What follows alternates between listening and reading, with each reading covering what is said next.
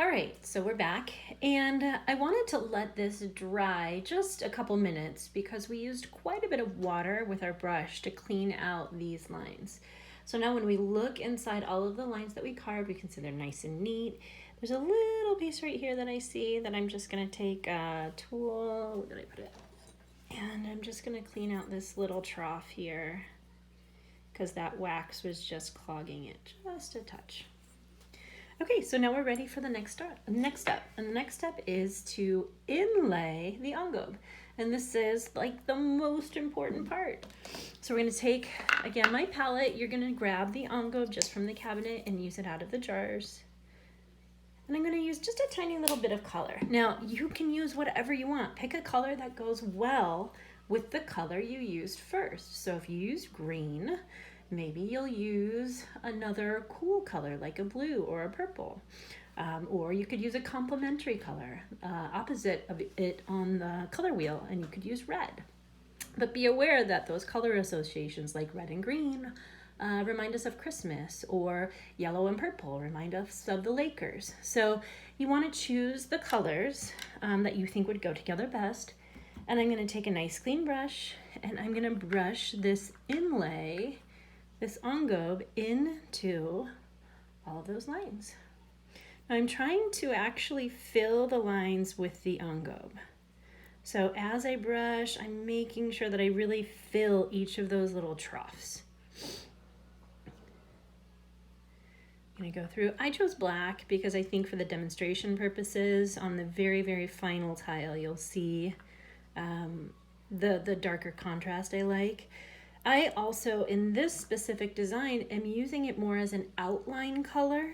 So the slip inlay doesn't necessarily have to be an outline, but I'm using it that way today. So again, I'll just keep filling in all of the sections. Now when I do this, I have some students that freak out, like they've been working really hard and all of a sudden it's cleanup time. And they're right in the middle of painting this. That's okay. You can leave it. This step can go over multiple days. You don't have to freak out. I need a little bit more black. It can be done in one day. So you just kind of go at the speed that you can, and then just don't be derailed if all of a sudden our cleanup timer goes off and you're like, I'm not done. It'll be fine. I'm going to show you a sample of how to wipe away on a dry tile. Okay, almost done. My last little bit here. So just like in the last step, we saw that it started to actively dry as we were working on it. So here, these parts of the engobe have started to dry, and that's okay. I'm now going to take a nice clean sponge. I'm going to get it wet, and I'm going to start to wipe away. And what you're going to see is this engobe staying in those lines that you carved. Again, we're inlaying the slip into those lines.